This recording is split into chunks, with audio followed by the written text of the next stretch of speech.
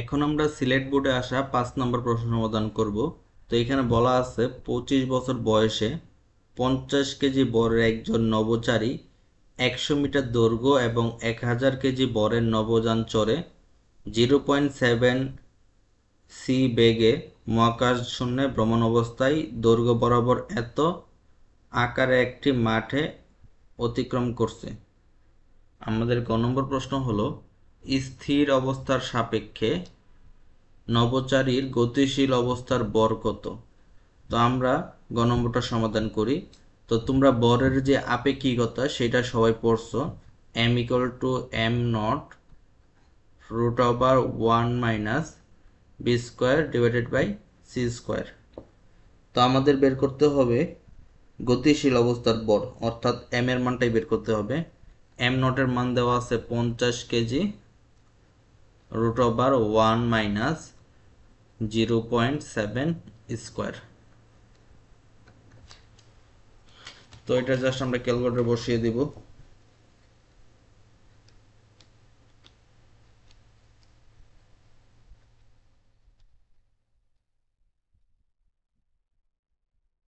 তো ক্যালকুলেটর বসালে আসে 62.5 কেজি।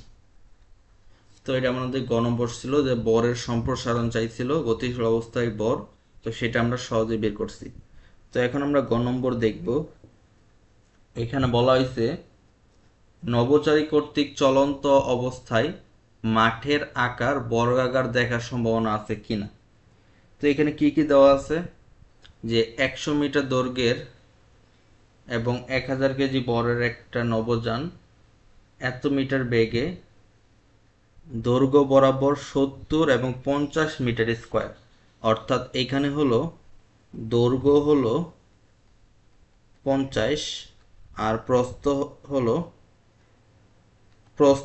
50 আর দৈর্ঘ্য হলো 70।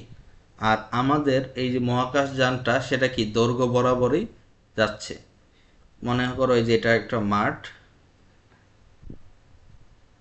এটা দৈর্ঘ্য মনে করো 70 মিটার আর এটার প্রস্থ হলো 50। এই যে মহাকাশ যে যানটা সেইটা এই দৈর্ঘ্য বরাবর যাচ্ছে। তো দৈর্ঘ্য বরাবর গেলে জাস্ট এই দৈর্ঘ্যের আপেক্ষিকতা বের হবে, মানে দৈর্ঘ্য যে সংকোচন সেটাই বের করব, প্রস্থের উপর এর কোনো প্রভাব পড়বে না। তো এখন আমরা এই দৈর্ঘ্যটা বের করি। তাহলে কিভাবে বের করা যায়, L equal to L naught root over 1 minus B square divided by C square. আমাদের বের করতে হবে এল এর মান। এল ইকুয়াল টু এল নটের মান কত, এল নটের মান হলো 70 রুট ওভার 1 মাইনাস 0.7 স্কোয়ার। তো এখান থেকে আসে 70 রুট ওভার 1 মাইনাস 0.7 স্কোয়ার।